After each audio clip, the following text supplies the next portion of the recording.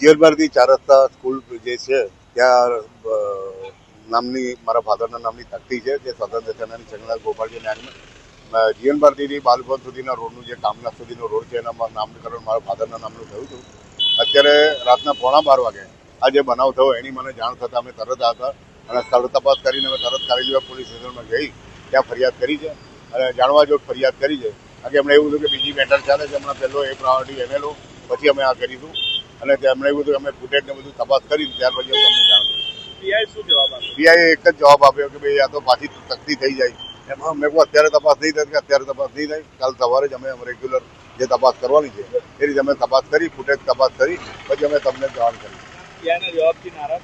પીઆઈના નારાજથી ગૌરવ નારાજ છે. અમે એવું આના પહેલા જે વ્યાસ સાહેબ હતા એનાથી અમે બહુ પ્રસન્ન હતા અને આખી કારેલીબાગની પ્રજા એને સન્માન કરવા પહોંચી ગઈ. અત્યારે મને એવું લાગે કે આ જે કારેલીબાગના નવા પીઆઈ આવ્યા છે એમનું શું કેવું એમને મને ખબર નહીં પડતી. કારણ કે એમનું જે વર્તન અથવા તો એમને જે જવાબ આપ્યો એનાથી મને બહુ દુઃખ થયું છે. એઝ અ સ્વાતંત્ર્ય સેનાની એમને વેલ્યુ નથી એવું લાગે છે.